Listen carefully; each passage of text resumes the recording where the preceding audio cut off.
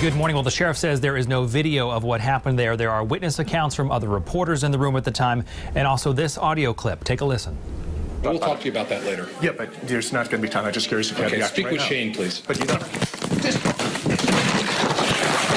sick and tired of you guys. The last time that came in here, you did the same thing. Get the hell out of here.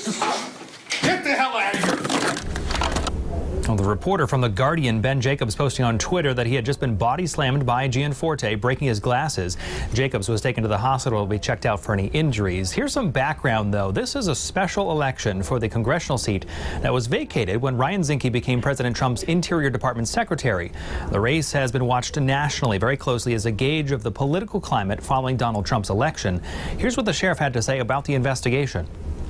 These normal investigations, the way we do this, which is exactly the way we're going to do it with this one. We're not treating this one any different. We're going to interview the victim. We're interviewing all of the witnesses. Once we have all of that information, we will attempt to interview Mr. Gianforte.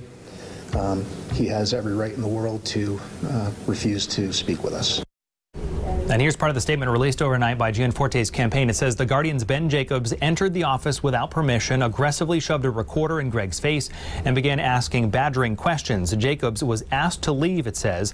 Greg then attempted to grab the phone that was pushed in his face. It goes on to say it's unfortunate that this aggressive behavior from a liberal journalist created this scene. Now, Gianforte is expected to appear in court in the next 2 weeks on that misdemeanor assault charge.